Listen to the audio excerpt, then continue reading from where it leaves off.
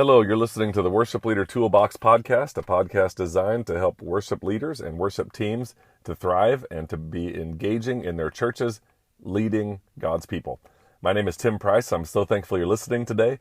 And during this short podcast, I want to share 5 things that worship leaders shouldn't do. My name is Elizabeth West, and I want to welcome you to the Worship Leader Toolbox podcast, where our mission is to equip and encourage worship leaders and teams and practical components of local church worship. We're so thrilled to have you listening to our podcast, and our prayer is that it will be helpful to you and your teams. If you have any thoughts or questions, feel free to reach out to us at worshipleadertoolbox.com. We'd also be honored if you would subscribe and share it with others. Heading now to today's episode. There are plenty of things that keep a worship leader's calendar full and a to-do list almost never ending. Sundays come around quickly. There are people to be contacted, songs to be selected, schedules to be spruced up, and planning to be done. And though this post might be a little basic, these 5 things that you shouldn't do, I hope that they are motivating and inspiring. Number 1, don't succeed at church and fail at home. You have to remember that your ministry and your home are friends, not enemies. If things are going great at church but home life is not working out well, you need to take some drastic measures to make sure that your home is well led. Balance isn't always easy because ministry is not 9 to 5. There's always little things that happen. There's always evenings. There's always weekends. There's just a lot that goes into it. So a better word might be harmony, that you have harmony in your schedule. After a crazy week or a crazy season or a crazy weekend, you carve out some time to invest time at home. You work 100% when you're at church, and when you leave there, you set that aside to the best of your ability and give yourself 100% at home. You've probably learned by now that you're going to disappoint somebody in leadership. And I heard somebody one time say, try not to let that be your spouse or your children. Be home when you'll say you'll be home. Take the days off that you need to take off. Schedule and commit to your vacation time no matter what. This season is a great time to spruce up your boundaries. And some of those boundaries just might include that you're only gone 3 evenings a week, and after that, you're not able to do it. Other boundaries might be in relationships, that you never have meals or car rides alone with somebody of the opposite sex, even if it is for ministry purposes. The doors are always ajar during meetings, and there are disciplined start times and end times to rehearsals and other stuff that you have going on, and to keep your phone away at dinner with your family, not to be distracted by random texts and pings. All those things in various aspects of life help us to keep our boundaries set so that we can succeed both at home and at church. So here's the next thing. Talk the church up with your family. Don't bring home complaint after complaint. Help them to see the good things of church, even if there is the tough roads at times. Involve them in ministry with you as much as possible. It's always fun to be able to take your kids and participate in something so that they're part of it with you. And add a couple fun things to your calendar in the next 2 months. If you haven't done that before with your friends or family, it's really freeing to look forward to something, to know something is coming up, to buy some tickets or commit to an event on the calendar. And maybe that's already in your rhythm, but if it's kind of slipped away, just look ahead a couple months, find the time slot, set up something. There's no such thing as a successful minister whose church is rocking and his home life is in the pits. So number 2 of what not to do, don't compare your ministry to others. We've heard it before, but comparison really is a joy stealer. Do your best to stop it. Instead of comparing, replace it with these ideas. 1, you can celebrate. Celebrate the success of others. 2, you can steal ideas.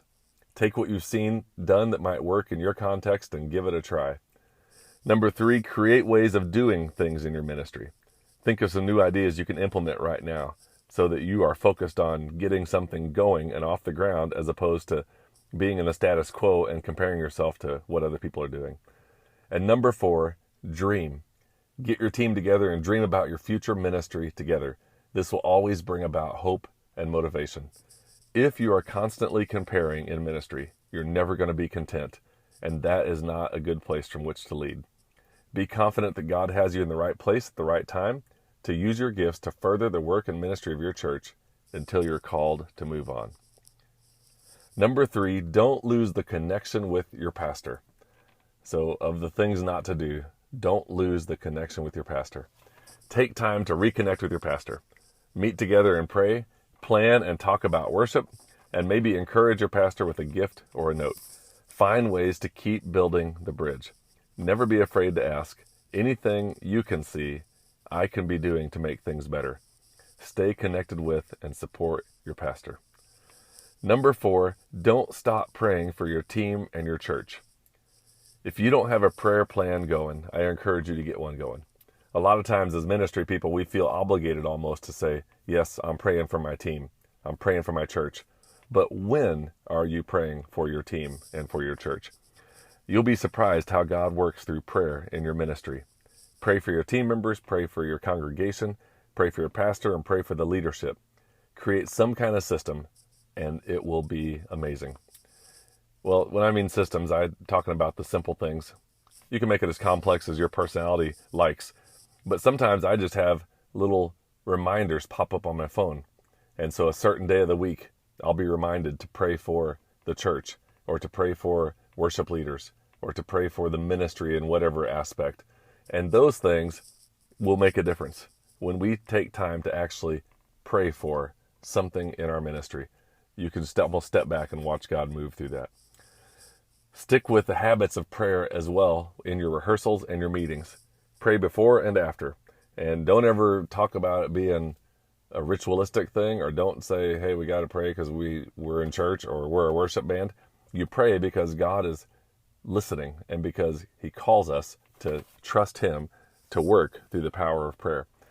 And one other thing that I've been convicted about is the need to call on other leaders in our ministry to pray during circle times before and after worship services or rehearsals. And of course, you don't want to, throw somebody under the bus and call them out and they're not prepared for it, but you can definitely prepare a little bit in advance and just say, hey, who's willing to be a prayer person out loud leading us? Or just asking somebody individually a few minutes before the circle time, would you be willing to pray? And then number 5 of things not to do during this season, don't allow yourself to get bored.